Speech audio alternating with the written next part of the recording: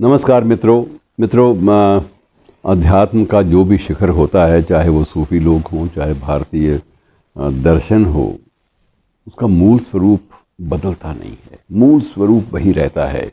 बहस सिर्फ इस बात को लेकर होती है कि हमारा इसके प्रणेता सूत्रधार हम हैं कि कोई और। सिर्फ सूत्रधार के श्रेय को लेकर बहस होती है, बाकी मुद्दे वही रहते हैं, मूल सिद्धांत वही रहते हैं, जीने के, अध्यात्म के, दर्शन के, चिंतन के।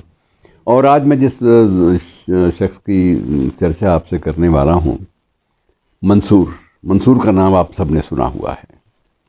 उसका जिक्र अक्सर एक प्रतीक के रूप में आता है, उतना ही महत्वपूर्ण एक शहीद के रूप में, एक अध्यात्म के क्षेत्र में शहीद के रूप में उसको अब दर्जा दिया गया है। एक अत्यंत महत्वपूर्ण शक्ल में उसका जिक्र, उसकी चर्चा होती रहती है।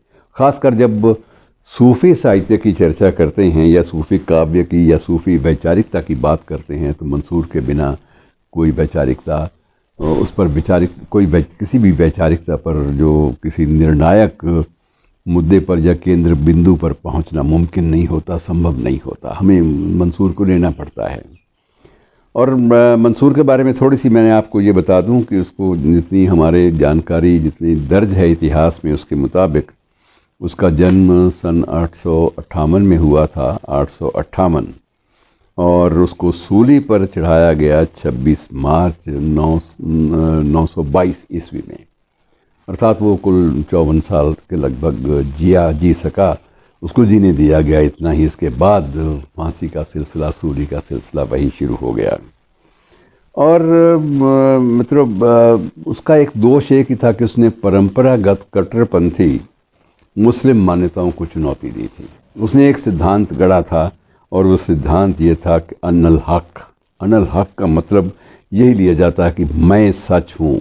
और इसी का अहम ब्रह्मास्मि के रूप में, अद्वैतवाद के रूप में हमारी भारतीय संस्कृति में समावेश है। और कहीं ना कहीं वो अद्वैतवाद जो मंसूर से भी पहले प्रचलित था, उसी का स्वरूप सूफ़ी साहित्य में या सूफ़ी वैचारिकता में मंसूर के माध्यम से सामने आया। और अनल हक के नाम से अहम ब्रह्मास्मि का जो सिद्धांत था, वो उस वक्त पुरानी धार्मिक, परंपरागत धार्मिक मुस्लिम मान्यताओं के खिलाफ खड़ा हुआ और उसको मंसूर ने उठाया। और मंसूर ने जिस ढंग से उठाया मित्रों, उसको बहुत कुछ इसके बारे में भोगना पड़ा। और मंसूर पर बड़े इल्ज़ामात लगे, बहुत आरोप लगे, गंभीर आरोप लगे। और एक आरोप ये भी था कि वह खुद को ईश्वरी मानता है, कि वो जब मैं सच हूँ कहता है तो उसका मतलब वो खुद को ईश्वर मानता है। ये इल्ज़ाम भी उस पर लगा। जैसे हम लोग अहम ब्रह्मास्मि कहते हैं, तो हम लोग, हमारा ये मतलब नहीं होता कि व्यक्ति ब्रह्म है, ब्रह्म का स्वरूप है, ब्रह्म का एक प्रकार से एक टुकड़ा है, अंश हैं। हम अंश की बात करते हैं। और वहाँ पर जो कट्टरवादी या प्राचीन जो परंपरावादी लोग थे, उन्होंने इसी बात को एक आरोप का रूप दे दिया कि ये तो अपने आप को अल्लाह मानता है, जो गलत है और इसको बर्दाश्त नहीं किया जा सकता। और प्रतीक के रूप में मंसूर ने एक काम और किया था।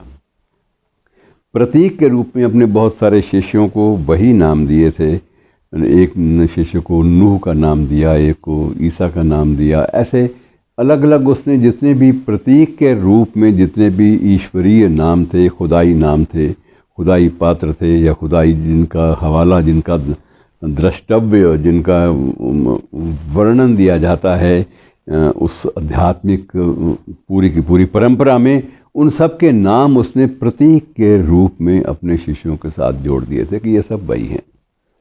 और जैसे उसने स्वयं को अहम ब्रह्मास्मि के साथ जोड़ा, अनल हक के साथ जोड़ा, वैसे ही उसने इन शिष्यों को भी उसी परम सत्ता का एक अंश मानकर उनको प्रस्तुत किया, जो कि परंपरावादी मान्यता वालों को बर्दाश्त नहीं होना था और नहीं हुआ। और उस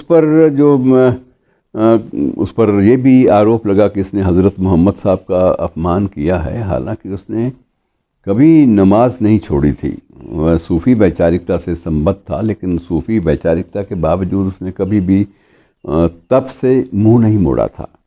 बाकायदा उसको एक तपस्वी के रूप में भी हम लोग ले सकते हैं कि उसने कभी भी ये इन चीज़ों का विरोध नहीं किया कि अल्लाह की खिदमत में लगातार लगे रहो, उसको याद करते रहो, इस बात पर उसने हमेशा जोर दिया।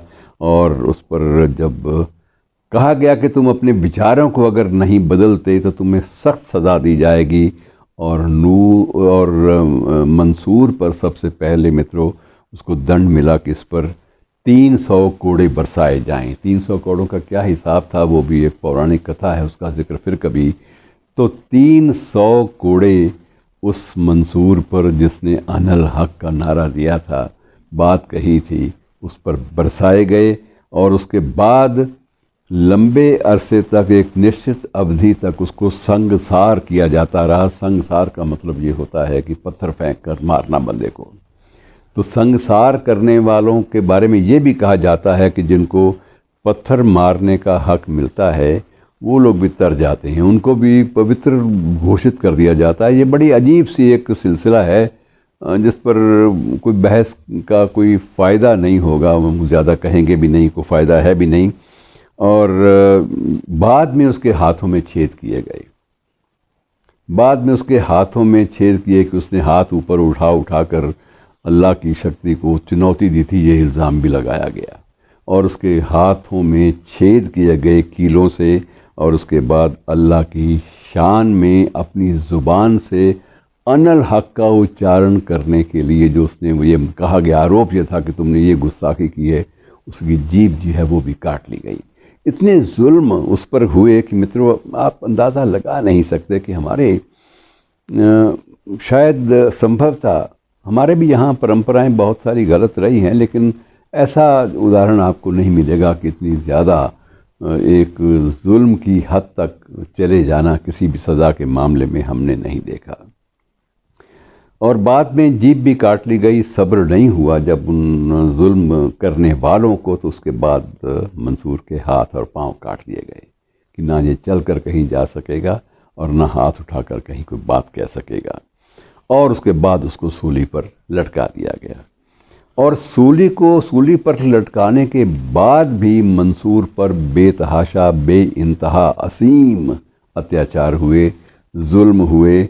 और उसके बाद उसको जला दिया गया, जो कि ये माना जाता है कि अगर जिसको जला दिया जाता है उसको जन्नत नसीब होने का सवाल ही नहीं है। उसको जैसे हम कहते हैं गति नहीं होती, तो उसी प्रकार से वहाँ माना जाता है कि जलाने की मनाही है। दफनाने की जो एक परंपरा है, उस परंपरा से भी उसको बिल्कुल अलग रखा गया। उसकी जो कटा फटा शव जो था, उसका घायल रक्त बहता हुआ, उसको बाद में सुपुर्दे खाक करने की बजाय उसको आग में जला दिया गया। और जुल्मों की, अत्याचारों की चरम सीमा या इंतहा का एक प्रतीक बन गया मंसूर, जिसका दोष यही था कि उसने अनल हक अहम ब्रह्मास्मि का नारा दिया था। तो ये एक बड़ी अजीब बात है। और सूफ़ी विचारधारा में बाद में उसी शख्स को फ़ना का प्रवर्तक माना गया कि फ़ना जो है, फ़ना को आप समझना चाहें तो हम लोग उसको समाधि, निर्वाण या मोक्ष कह सकते हैं। बाद में सूफ़ी जो उसके जो समवैचारिक थे या उसके जो शिष्य परंपरा में थे जो लोग, या उसकी वैचारिकता को आगे लाने वाले लोग, क्योंकि ऐसे विचार मित्रों कभी मरते नहीं व्यक्ति के साथ। ये कहा जाता है कि अगर वाकई विष में घातक जान लेने की अगर हिम्मत होती तो वो मीरा विष पीने के बाद भी, विष पान के बाद भी अपने गीतों के माध्यम से, अपनी छवि के माध्यम से जिंदा रही और अब तक नहीं मर पाई। इसलिए उसके जो सिद्धांत थे, उसकी जो बात थी मंसूर की, वो भी बाकायदा उसी ढंग से चलती रही। और वो समाधि, निर्वाण या मोक्ष या फ़ना कह सकते हैं, उसका प्रतीक बन गया। और बाद में उसे शहीद का दर्जा भी दे दिया गया। तो मित्रों, ये एक प्रकार से एक परंपराएं हैं जिनको कभी कभी इसलिए दोहराने का मन करता है कि ये अगर उनको कभी कभी याद कर लिया जाए तो हमें तशद्दुद, अत्याचार, जुल्म, हिंसा, इन सब बातों से एक मन में एक हिकारत पैदा हो जाएगी, घृणा, वितृष्णा हो जाएगी कि ये क्या है। हम अगर सभ्य संसार में होते हुए इन चीज़ों से दूर नहीं भाग सकते, इन चीज़ों से मुक्ति नहीं पा सकते, तो हमारा जीवन जो है उसका उद्देश्य क्या है। धन्यवाद।